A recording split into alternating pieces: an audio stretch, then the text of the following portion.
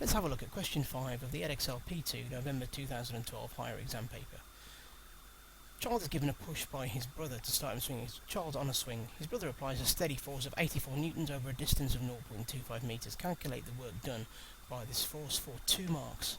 Well, if we look at the formula sheet near the start of the paper, we can see that work done is force times distance moved in the direction of the force. So let's go back to the question. We've got a force of 84 newtons, a distance of 0.25 meters, so it's force times distance, 84 times 0.25, which gives an answer of 21 joules.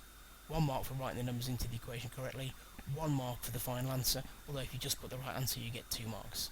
It then says state, and that's an important word, how much energy is transferred by this force. Well, if it asks you to state, it means you already know the answer, you just need to pick the right number out of the ones given, and so it's actually the work done and the energy transferred are the same thing, so it's 21 joules. It then says after several more pushes, the child has a kinetic energy of 71 joules. The mass of the child is 27 kilograms. Show that the velocity of the child at this point is about 2.3 meters per second. What that means is it wants you to calculate the velocity using the kinetic energy equation and see if it's the same or very similar to 2.3. So let's have a look at how I've done this. I've got my answer written on a separate sheet.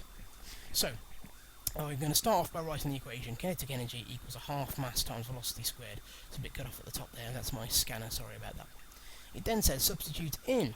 So I've got kinetic energy of 71 joules equals a half, that's from the equation, times the mass of the child, 27 kilograms, multiplied by the unknown velocity squared.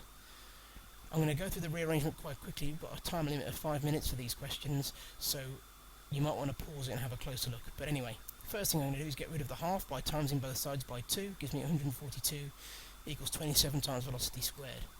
Then I'm going to get rid of the 27, so I'm going to divide both sides by 27, gives me 5.26 equals velocity squared. Then I'm going to square root the 5.26 to get rid of the squared on the right hand side, which gives me 2.29 equals the velocity, which is very similar, so that's roughly equal to that wavy equal sign, 2.3 meters per second. Back to the question. Okay, so which one of these quantities changes in both size and direction while he's swinging? Well, it needs to be a vector if it's going to change in size and direction, and energy is not a vector, and neither is gravitational potential, so neither A nor D can possibly be the correct answer, so it's B or C. And as gravity always acts down, that can't change in direction, means the only answer can be B, his momentum. Because moving forwards is one direction, positive momentum if you like, moving backwards is the opposite, negative momentum. And of course, as he speeds up, the size of the momentum is also going to change. Okay, a long answer, question to finish. The brother then stops pushing the child, and the graph shows how the kinetic energy of the child varies over the next few swings. Explain the energy changes during this time. So essentially what's happening is the swing is having maximum speed at the bottom of a swing. It then moves, let's say, forwards, it stops momentarily in mid-air, and then swings backwards. As it moves forwards towards its stopping point, it's actually getting higher. And so what I'm doing is I'm constantly swapping kinetic energy for gravitational potential energy, and then vice versa, and that keeps on with time. You can see that the height of the maximum kinetic energy reduces with time, which means the height of each swing is going to reduce with time as well. And that's because some energy is being lost to the surroundings through friction. Now, it's quite tricky to answer these. Let's have a look at the mark scheme and see what they say. So here we go. So you can see the points that the question is looking for here. Kinetic energy varies, maximum at the bottom, minimum at the top. Gravitational potential energy varies, maximum at the top, minimum at the bottom, so it's opposite to kinetic energy. And then a continuous change from one to the other.